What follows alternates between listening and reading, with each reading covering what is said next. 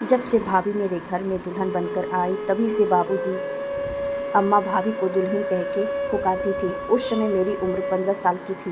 मैं सोचती थी कि मेरी सासू माँ मुझे बहुरानी कह के पुकारे तो कितना अच्छा लगेगा। दुल्हन तो देहाती जैसा लगता है।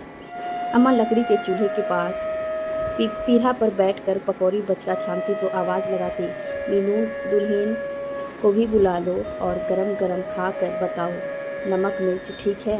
मैं और भाभी साथ साथ खाते। अम्मा कुछ भी बनाती तो मुझे और भाभी को एक साथ देती खाने को। उनके चेहरे पर संतुष्टि के भाव रहता। कहती, पराए घर से आई लड़की को अपनी बेटी सा प्यार दुलार दूंगी तो शायद मेरी बेटी को भी। पर हाय रे किस्मत, वक्त गुजरता गया। मेरी शादी तो हो गई। संजय मेरे पति सीए हैं, दूसरे शहर में पोस्टेड है। ससुराल में सास ससुर देवर नंद और विधवा बूढ़ा सास है। एक ननद और एक जेठ की शादी हो चुकी है। ननद ससुराल और जेठ अपने परिवार के साथ जयपुर में रहते हैं। मैं पीएचडी कर रही थी तभी मेरी शादी हो गई। मायके से मिले संस्कार और सास बहू के रिश्ते की मिठास सा भरा अनुभव लेकर ससुराल आ गई। रस्में निभाते निभाते रात के 12 बज गए। सासू माँ और बड़ी ननद का धीमा स्वाद अचानक कानों में पड़ा, अम्मा इसको संजय से दूर ही रखना, नहीं तो ज़्यादा नज़दीकियाँ बढ़ जाएगी तो सब पराए हो जाएंगे और इसे लेकर लखनऊ चला जाएगा। सुबह 4 बजकर अलार्म लगाया पर नींद थोड़ी देर से खुली। सासू माँ की कर्कस्वर, रानी उठ जा, मायके में नहीं हो, रुद्रवालिया जिला में बोली जाने वाली भोजपुरी में। पापा ने सोचा था संजय लखनऊ में पोस्टेड है, शादी के बाद ले जाएंगे, पर पूरा परिवार गांव रहता था। ससुर जी के सेवानिवृत्ति के बाद और तीनों के साथ सासू माँ ने सुबह की शुरुआत की। कुछ रस्में के बाद चौठारी की रस्म हुई। फिर गांव की महिलाएं मुंह दिखाई के लिए आए। फिर रसोई छूने की रस्म हुई। दाल की पूरी, खीर और आलू दम। इतना बनाते बनाते लगा मैं बेहोश हो जाऊंगी। सबके खाते पीते 11 बज गए। किसी तरह एक पूरी में से थोड़ा खाकर पानी पी लिए। थकावट से भूख खत्म हो चुकी थी। फिर शादी में आए बुआ, चाची सास, मौसी सास, दादी सास कुल मिलाकर 15 महिलाओं को सरसों तेल से जून के महीने में मालिश की।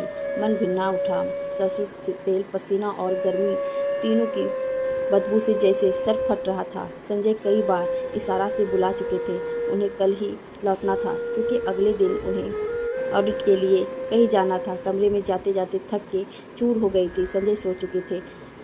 रजनीगंधा के बुके मुरझा चुके थे और जोड़े में लगा के संजय के लाए गजरे मुरझाकर उदास पड़े थे। संजय के हाथों में बहुरानी का पहला दिन और पहली रात कुछ ऐसे गुजरी। संजय की ट्रेन 4 बजे सुबह थी। चुपचाप चले गए। एक कागज़ की पर्ची पर लिखकर तकिए के नीचे रख दिए थे। ना जी भर के देखा, ना कुछ बात करी। आरजू थी एक हसीन यादगार। पहली मुलाकात की आंखें छलक आई और फिर सुबह से कोलू के बैल की तरह फिर से जुट गई। सासू माँ जब व्यंग से कर स्वर में बहुरानी बुलाती तो लगता गरम गरम शीशा कानों में, जैसे देवर ननद कॉलेज जाते थे, शहर से बस आती थी। उनका लंच पैक करना, नाश्ता कराना, घर की सफाई कराना, बनाना, कपड़े धोना। उस पर बहुरानी बोलने का सासू माँ का बेहद खराब अंदाज, जैसे नौकरानी बुला रही है। रात में खाना बनाने के बाद तेल मालिश का सिलसिला। कभी कभी सासू माँ मेरे पास सोने आ जाती। कूलर चला रहा, मैं भी यहीं सो जाती हूँ। सरसों तेल और पसीने की बदबू से पूरा कमरा रही सही कसर उनके खर्राटे पूरे कर देती।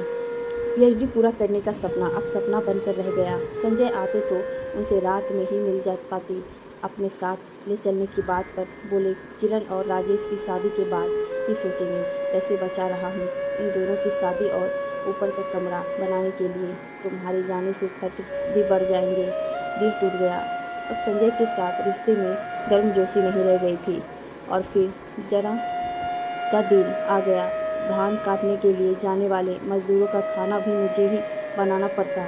इतना रोटी खाते थे मजदूर, सब थक जाते बनाते बनाते। और फिर सासू माँ धान उसने की ड्यूटी 4 बजे सुबह में लकड़ी के चूल्हे पर बड़े बड़े पतीले में लगा दी। चावल और चूड़ा कुटाता।